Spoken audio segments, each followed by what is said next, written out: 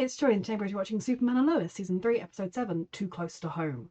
Very excited for another episode. I love this show. A reminder that if you're watching this on YouTube, you can find all of my reactions to this show on Patreon, and let's go. Yep.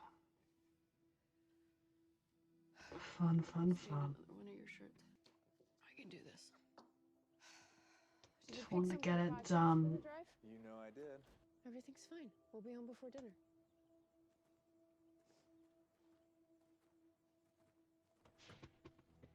I know you can tell things aren't okay, but let her have this little bit of shielding you if she thinks she's shielding you. I'm not telling us something I know this is important to you, so I'll clean up. Good. And then I'll head out. And I think you I'm still not sure I trust this boy. I wanted him to tell you way sooner than he did, but he was just concerned about, you know? I appreciate it, but you don't have to worry. We're fine. Here you go, hon. Egg white omelet, order of sausage and biscuits, extra gravy. Oh, that's their dad's order. Have a great day. We know you already have. Sarah. Chrissy, It's okay. You need to talk to Sarah because your parents have divorced. Your dad's allowed to date. What? don't ever do that again. Somebody has to say something. None of this is Chrissy's fault. She's like 10 years younger than Dad. It's gross.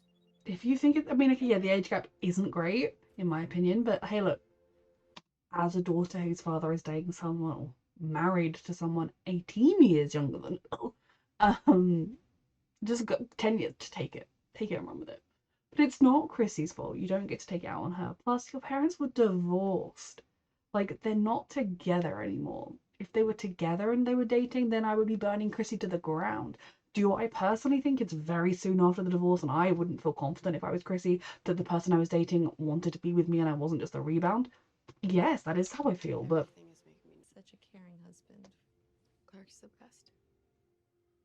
My husband's the same way. he just never comes to my appointments. How so?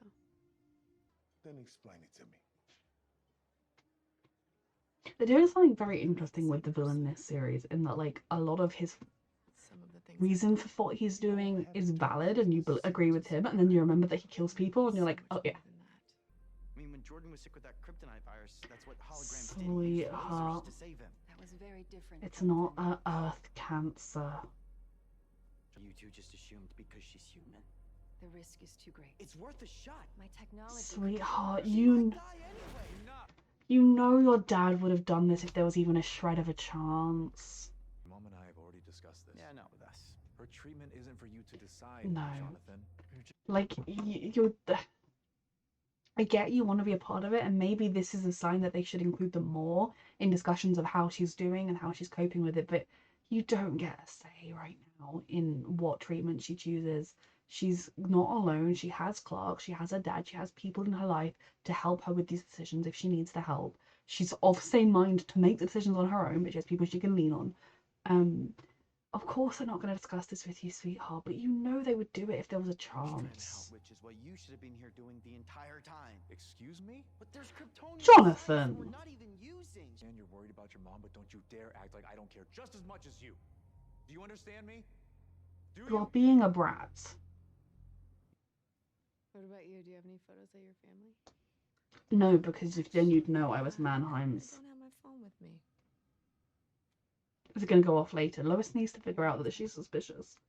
This ain't a democracy. No, it's a business. And I think that it would grow. It's fascinating seeing where he came from. This move. But your initial treatment was right after he invested in Hobbs Bay Medical Center. It seems like you must have crossed paths. there. Shocking. Yeah, it's a big hospital. Cooking dinner for someone special? Not that it's any of my business. No, it's okay. Small people moving on very fast. All the way out in Metropolis, you know? It's not that far, especially if he's got a car. Don't be overbearing, overprotective, Dad. Trust your daughter. She's my friend, and I'm questioning her like she's a part of some conspiracy. Because she is. That's just it. Ever since this diagnosis, everything feels off. That's I don't trust not my instincts not anymore, trusting especially as a herself. reporter. Lois, you think you might just need a little help? Help from whom? Tell the world your story. We've never met before. My whole life, I waited for things to be better. Waited for change. I don't want to wait anymore. My whole life, I waited for things to be better. I joined a criminal organization and I killed people. I just wanted things to be better. His reasons, so valid. Support him, cheer him on. His methods, oh. To reclaim the saving my people. I don't need to profit from illness. But he profited off Especially war, cancer. violence. Especially if her treatment doesn't work, she'll likely die. So you tell me, Mr. Kent, how far would you go to save her? The way you just responded to that, sir, tells us that you have a lot in this game, including a sick person you care about. But they're just trying not to make us freak out. I'm not freaking out. You were very much freaking out. I know they're hiding. Really?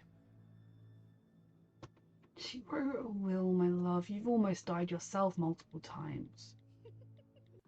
Yeah, I mean, I thought that it'd be a small first step for us to. That's not happening. You don't have Sarah. to leave, Sarah. I mean, okay, I don't know what it's like when your parents start dating for the first time, because my only experience of that with a parent was him having an affair and then leaving. So I don't know, but like Sarah is acting like this is a date with the girl he had an affair with, and what I hope they do with this plotline is they have Sarah realizing that she's been pretending she's okay with Kyle having an affair, pretending she's moved on and moved past it because she loves him, and realizing that she's actually not okay with that, and she's got a lot of feelings about that she's pushed down because she feels like she needs to be okay with it because she deserves a dad and because she loves him, and like all those complicated feelings that I'm sure she realistically would have, because Sarah got over him having an affair so fast. And that she's lashing out at Chrissy like she wants to lash out at the woman he had the affair with and at Kyle, but she can't because he's her dad. That is where I hope this plotline goes. Otherwise, Sarah is just being a little bit of a bitch. Like, she's had time to think and talk it over. Lana's had to talk it over with her. Like, I also don't have to hang out with my dad's hookup.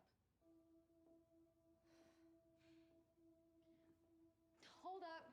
you are being a little mean to Chrissy. She is irritating, but she doesn't deserve mean. He's just too perfect out of nowhere. Come in. I hope you're hungry. Don't be weird, Dad. Tell me about this party where you met Natalie.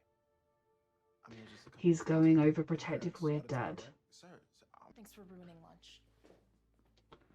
Natalie, I mean, okay, yeah, he was being kind of for lunch, it was really delicious. intense dad out of line. I don't like that stereotype of like father overprotective over daughter. But I do also kind of get where he's like, they've been in life and death situations, so he's kind of, it's hard to switch that off and go into just ordinary person mode. I'm not like hating on him the way I would hate on another person that acted in that way, but I also feel like maybe we should have stayed and talked it through. Honestly, I don't have that many friends. They really should have put Pia's head wrap over here so you couldn't see that she had eyebrows. Sorry.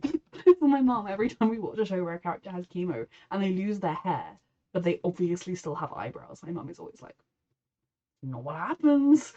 And obviously I'm not advocating for shaving off active eyebrows, but I feel like, oh, like, I don't know, yes, it would look weird, but give her like a beanie. I'd just give her something.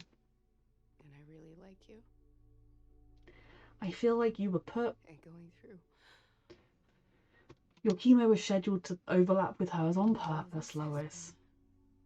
I don't want to just be cancer friends, though. I want to be friends. Yeah. Something for me. I mean, She also worked for the same criminal organization as Mannheim. I promise no more angles. Okay? Yeah, Clark's about to be like, so I think that's his wife. Or at least someone he cares about has cancer. Natalie?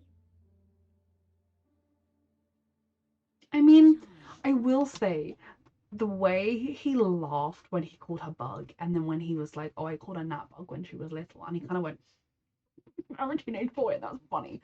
It would have put me a little bit on edge. Like, yeah, teenagers find things funny, and it is a funny nickname, but also, like, you don't get to come into someone's home and, like, laugh at the childhood nickname. Like, I mean, you do, but there was something about the way he smirked that I didn't like. But at the same time, you did lose much to go off the handle. Really protective. It was like this other person took over. None of this is easy. I'm just thinking, imagine interrupting the mayor's day to talk about your daughter's love life. What even mean? It means that I'm gonna kill your dad with kindness It and doesn't mean that we don't trust you until because he you're realizes that I am the too good to be perfect guy to true. date his daughter. Yes, too perfect. I worry. Because Nat deserves perfect. And say you do anything for Lois. Because I would. Then admit that I'm right. This is your wife we're talking about. You are showing your hand here, Mannheim. Sure that it is. Yeah. Come out to the farm. Bring your family. Clark's not great on the grill, but he makes a decent burger. I can't do this anymore. Oh, This wasn't supposed to happen. Just didn't tell you about here we go. him.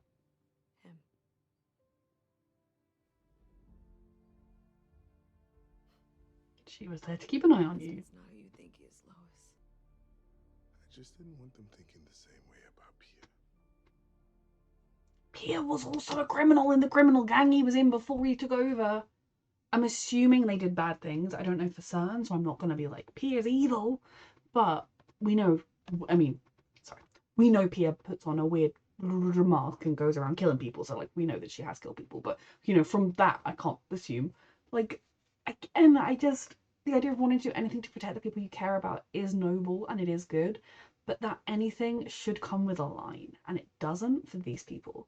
And it's not even like the criminals he's experimenting on that have died or whatever that got hurt are the only people he's hurt in his life.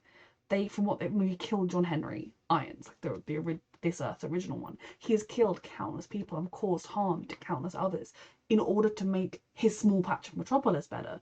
But at what cost? Like, committing a wrong for a right doesn't make it okay. It counts without the right. Do what you want with it. I'm not going to use your love story, but it gives us motive. You have my heart. Forever. I don't care how many people you kill, you'll always have my heart. Always. Like, I feel for them, I do. But no love story should have an intentional body count. Alright, let's bring this down. Screw cancer! Fuck cancer. Cancer. At the most, you had your head out the window. He totally. Like, Lana is constantly swamped with work, swamped with being the mayor. She doesn't have time for her own children. But she's got time to put her entire day aside to help him with his life problems. This is new for him, too. Oh, something else that's new for her. His daughter becoming friends with his new girlfriend. I should. You're not betraying your mum. She's gonna feel complicated feelings about it, but it's not your fault. I didn't handle things well. No, sir, I totally understand. Stop. He's being too...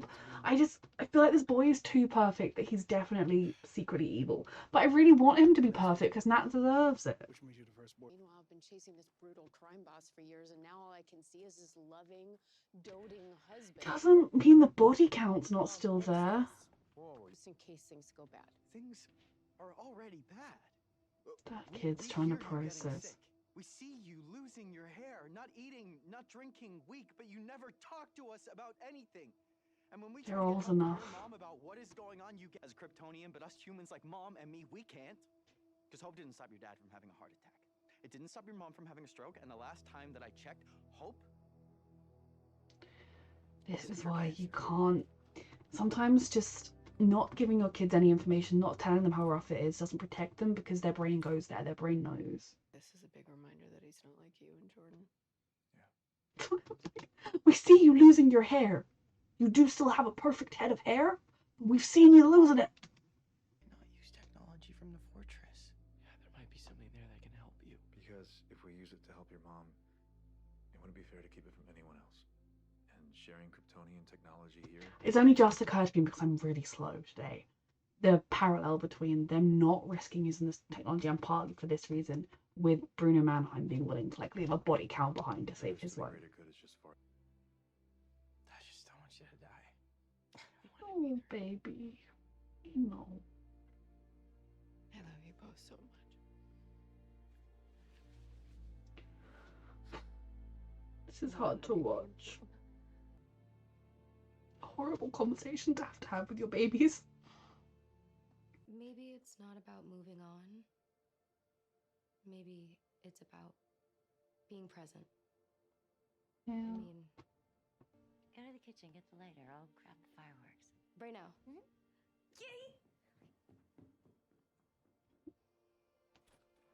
Families navigating tough times. Bad time. The line in Ed Sheeran's, not his most recent album anymore, is it? Recent album. That what we're going through is common, but it doesn't mean we don't feel it. And that always just really resonates with me because it's so easy to say, well, someone else has it worse. Someone else is also going through this. Someone else is going through a different thing. But your life and what you're experiencing, you still have to live through it. You still have to cope with it. I'm sorry. I didn't know you were doing everything possible to help Mom. You're just acting out because you're scared and you're a baby. I want you to remember that you are just as much Kryptonian as your brother. And he's just as human as you are.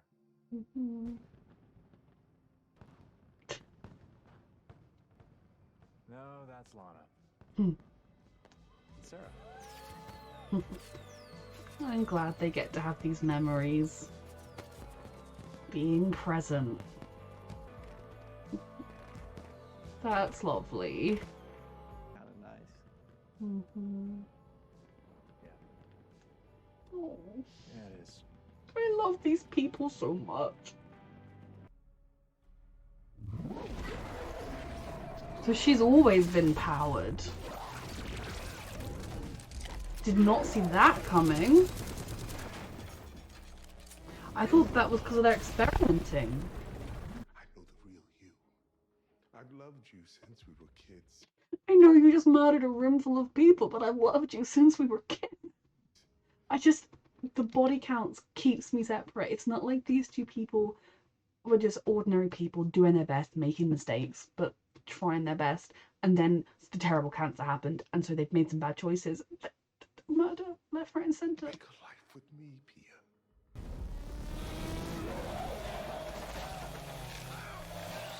Oh, he loved that. Did you see his face?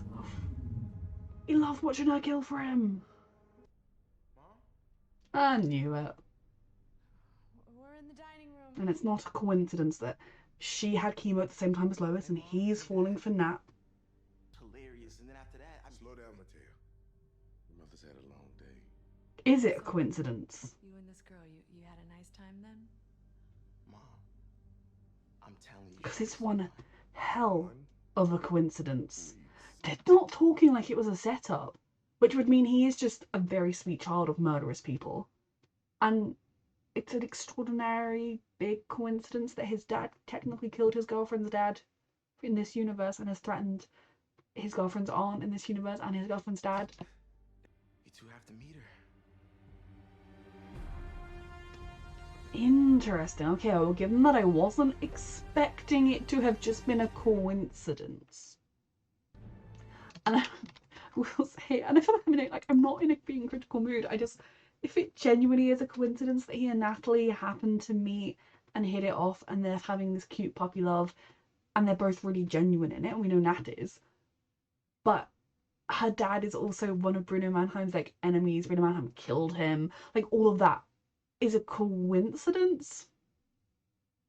I don't buy it.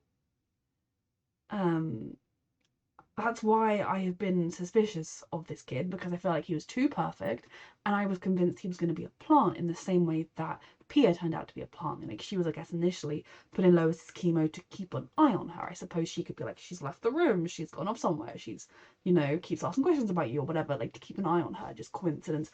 It's a good cover story. No one's going to suspect the cancer patient next to them. So I really was assuming Mateo was going to be a plant to try and get close to John Henry or something. It was weird using a kid, but I feel like that would have been better for me in terms of making sense than it being an absolute coincidence that they happened to go to a party in Metropolis that he happened to be at, and he happened to speak to Nat, and they happened to hit it off, and he happened to track it down. Like, it's a lot of coincidences. they can happen, but it's just weird. I kind of wish they'd met last season before it was a thing or something, and then you'd be like, I don't know. I will give them, like, I will try not to harp on about this. And knowing me, I probably will mention it again, but like, I will give them like an okay, it's a coincidence, but interesting, because obviously it was obvious he was going to turn out to be their son. Um, but now that I know it was a coincidence, I feel like it was no longer obvious that he was going to be their son because it was a coincidence. I'm glad John Henry ultimately got over his protective father instincts. I will give him that. He is someone who has been through life and death with his daughter. She's nearly died. He's watched his wife die. Like, he's got more reason to go to that fight protect mode than the normal person. But I'm glad he got over that.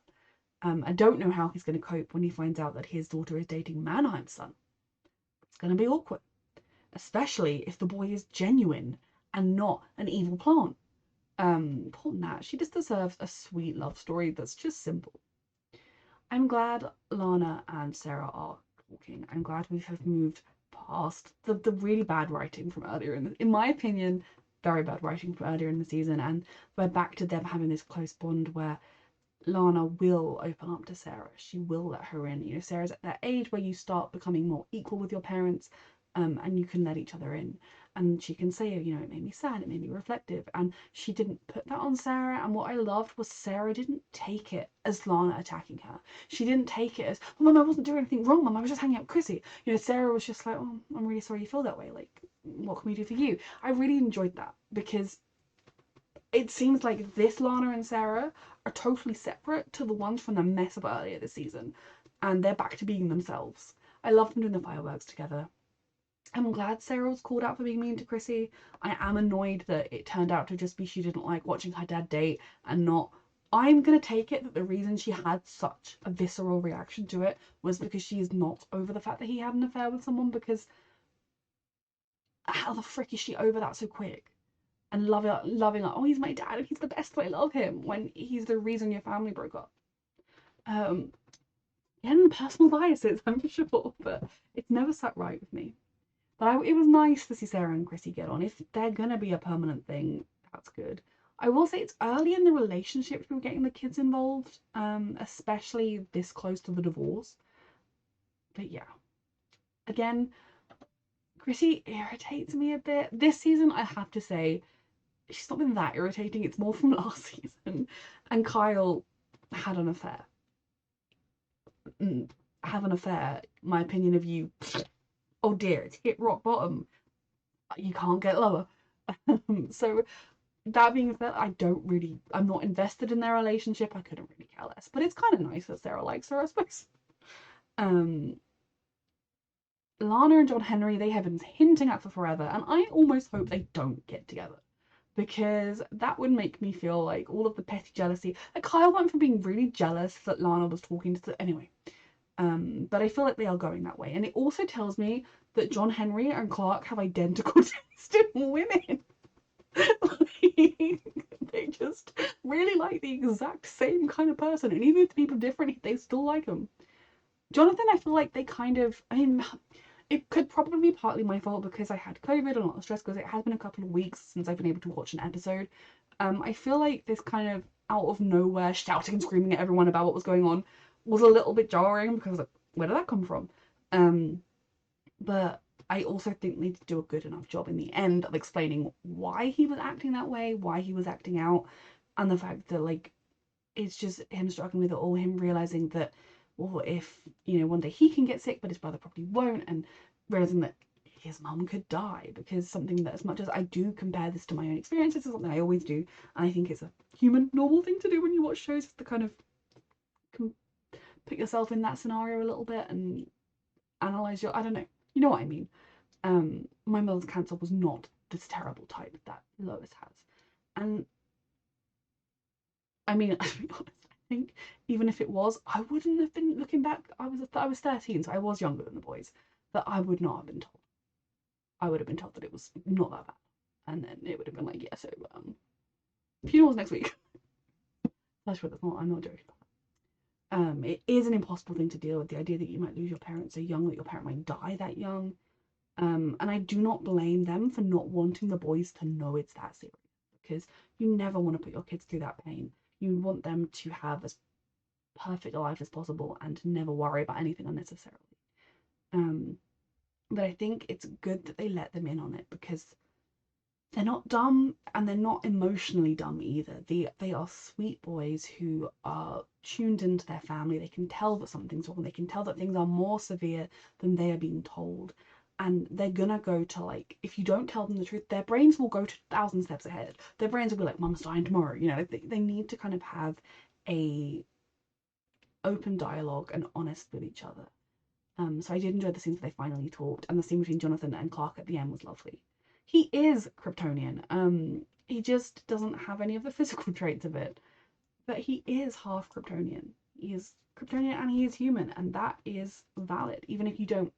It's kind of interesting. It's almost like kind of being mixed race or whatever, and maybe looking more like one ethnicity than the other or something. You might not feel like you fit into that other culture, but you do. You still have just as much of a right to it. My closest thing about being like multiple cultures is being half Australian. It doesn't really count. But I'm glad they had that talk and they were able to kind of end things on a positive note. I don't feel the sympathy I think we're supposed to be feeling. Like Lois being like, oh, I spent all this time hunting down this brutal killer and now all I see is a doting husband. And I'm like, a doting husband who goes from doting on his wife to murdering somebody else's. Like, yes, it is a reminder that people are three-dimensional, and I like, as much as I'm being like, I don't care, I like that they have made the villain this season. I mean, he's not one-dimensional, and he's not even like, I don't think any of the villains have been one-dimensional, when I put it that way, but he's not just in it for personal power. He truly believes he's doing it to help other people, and he has had a hard life. He's seen his community suffer through no fault of their own and be ignored. His response is to take it out on everybody else to give his community what they deserve, which is not okay. So he is someone that you can understand what drove him to act the way he did and why he thinks it's the right thing to do, but it does not make it the right thing to do. It makes him complex, but I do not feel sympathy for this man. I feel sympathy if you take everything else away, his wife having cancer, I feel bad for both of them. But that does not exist in isolation from the rest of their actions, and they are both murderers. Very good episode. Thank you so much for watching.